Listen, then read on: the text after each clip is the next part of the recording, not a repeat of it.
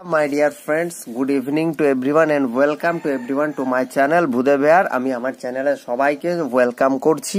আমরা reasoning practice করছিলাম, তো দেখো আজকে প্রথম প্রশ্ন, সরাসরি আজকে প্রথম প্রশ্নতে চলে যাচ্ছি। If B becomes A and P becomes O, what will K become?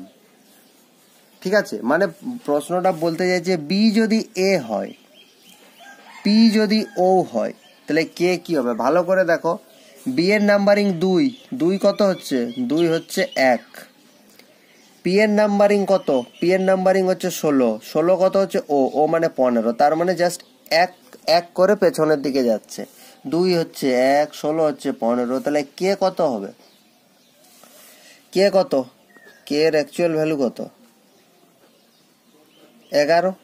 তাহলে কে এর অ্যাকচুয়াল ভ্যালু যদি 11 হয়, আই 9 যে 10 কে 11, তাহলে এটা 11 থেকে 1 মাইনাস মানে 10 হবে। 10 কার? 10 হচ্ছে জের। তাহলে option B is the correct answer. ঠিক আছে, চলো পরের প্রশ্নে আমরা চলে যাচ্ছি। পরের প্রশ্নে দেখো কি বলেছে, C4EH। আচ্ছা, এটা এরকম, তাহলে ভালো করে সাজাও। দেখো C4E H9J M15O। তাহলে দেখো সি মানে 3, এইচ মানে 8, তাহলে 3 আর 5 8, তাহলে এইচ থেকে এম, তাহলে 8 আর 5 13, অর্থাৎ 5 5 করে বাড়ছে প্রথমটা, তাহলে 13 আর 5 18, তাহলে আর দিয়ে হবে। এবার দেখো আর দিয়ে 3খানা অপশন আছে, নো প্রবলেম। এরপর দেখো ই মানে হচ্ছে 5, জে মানে 10, মানে 5 আর 5 10, 10 আর 5 15, ও তাহলে 15 আর 5 20, অর্থাৎ আর টি হওয়ার কথা। এবার দেখো প্রত্যেকটা অপশনে আর টি আছে, কিছু করার নাই।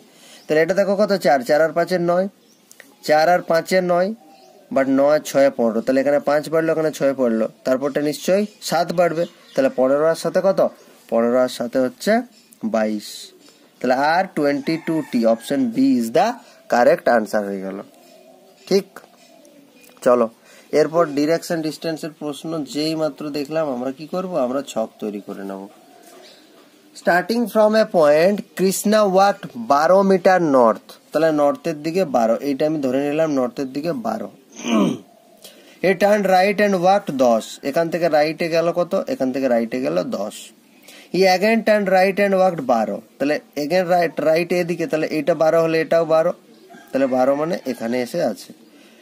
ঠিক আছে, then he turn left and walk 5, এখান থেকে লেফটে গেল, লেফট মানে এদিকে। ঠিক আছে, না মাথাটা নিচের দিকে আছে, লেফট মানে এদিকে, এটা গেল 5।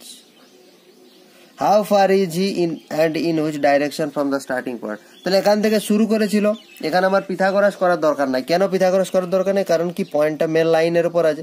তাহলে এটা যদি 10 হয়, আবার এখান থেকে এটা গেছে, তাহলে এটা 10 আর এটা কত গেছে? 5, তাহলে 15 মিটার। কোন দিকে? ইস্ট ডাইরেকশন এটা, তাহলে 15 metre towards east, option D হয়ে গেল সঠিক উত্তর। বোঝাতে পারলাম? ঠিক আছে, চলো আজকের আমরা শেষ প্রশ্নটা করব। এটাও ডিরেকশন ডিস্টেন্সের প্রশ্ন।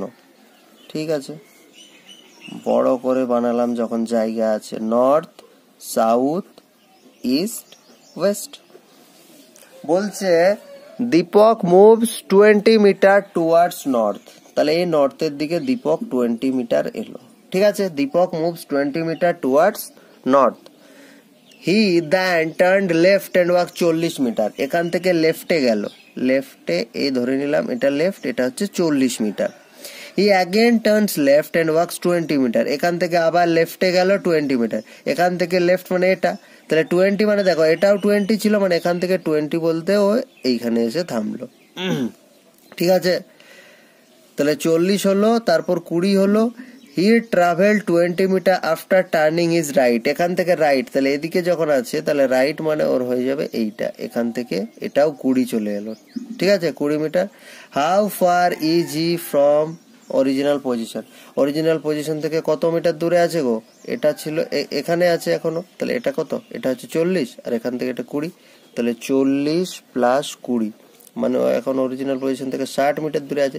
যদি বলে কোন ডাইরেকশনে আছে, দেখো এখান থেকে প্রশ্ন শুধুমাত্র এটাই যে জানতে চাইবে এরকমও না। যদি বলে অরিজিনাল পজিশন থেকে কোন স্থানে আছে, সরি কোন ডাইরেকশনে আছে, অরিজিনাল পজিশন থেকে ও কিন্তু এখন ওয়েস্ট ডাইরেকশনে আছে।